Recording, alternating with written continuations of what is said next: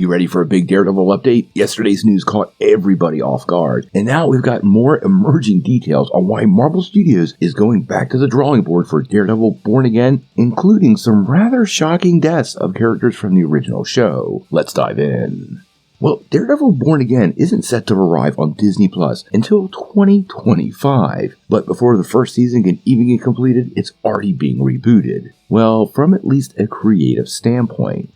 Now, news dropped yesterday that Marvel Studios is basically going back to the drawing board for the Man Without Fear's first MCU set solo series, with pretty much the whole creative team, including many writers and directors, being fired from their project. Now, since then, we've got more details and a little bit of a bigger explanation of what's going on, what's happening with the show, and what kind of design we're likely to see. Now, apparently the plan is for the show to still run a total of 18 episodes, but this will indeed be split across 2 seasons. And we also found out that about half of the series had been shot prior to the strike, which is a lot more than many of us were expecting. Now, they are going back to the drawing board, but apparently some scenes will indeed remain as part of the series. But the plan is essentially to start from scratch. Now, over the past 24 hours, we've started to learn a lot of details about the show and some of the problems.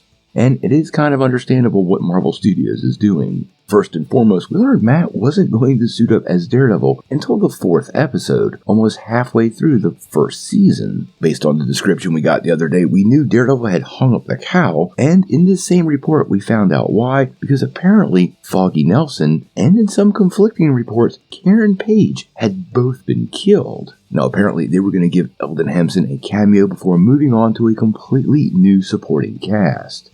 And since this dropped, many Marvel fans are super upset with Marvel Studios on killing off the character. But I guess we have to be fair, it's unclear at this point of whether Eldon wanted to come back or not, but based on some of his statements, well, it seemed like he was pretty much game. The same could be said for Deborah Ann Woll's Karen Page, and with her character, there are too many conflicting reports at this point to really know what's going on, but it appeared very likely she was also killed, probably in the same attack that got Foggy. All of these details were compounded earlier today when we got an update from Can We Get Some Toast? And this isn't from Marvel Studios or a trade, so we want to take it with a grain of salt because it is an anonymous scooper.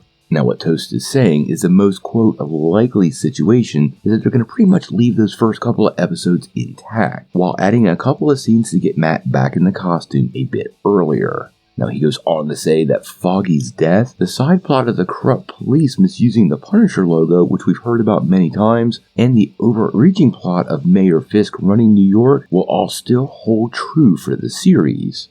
Now, this kind of makes sense because basically what we're picking out of this is the legal drama that was encompassing this series was basically boring. And this is why Marvel started to retool the whole thing, because people are really tuning in to see Daredevil, not Law & Order Hell's Kitchen. Now, whether this means Foggy doesn't die or not, quite honestly, I really don't know. Marvel fans have reacted very negatively to the possibility of Foggy Nelson's death happening off-screen, and throw in Karen Page with that. As popular as those characters were with the original series, I'm really hoping when they go back to the drawing board, they retool those aspects of the show, because I really think Foggy Nelson is super important to Matt Murdock and the overall world that is Daredevil and the people he's trying to keep safe. Now, we are hearing the show's going to drop in January of 2025, so there's plenty of time to get all of this fixed and straightened out before the show comes out. I really do want Daredevil Born Again to be Marvel's best series, and although this noise is disappointing and more than a little concerning, if it ultimately leads to a really great Netflix-level show, well, I'm totally down for waiting a little longer. Hopefully we get some news on the Devil of Hell's Kitchen very soon.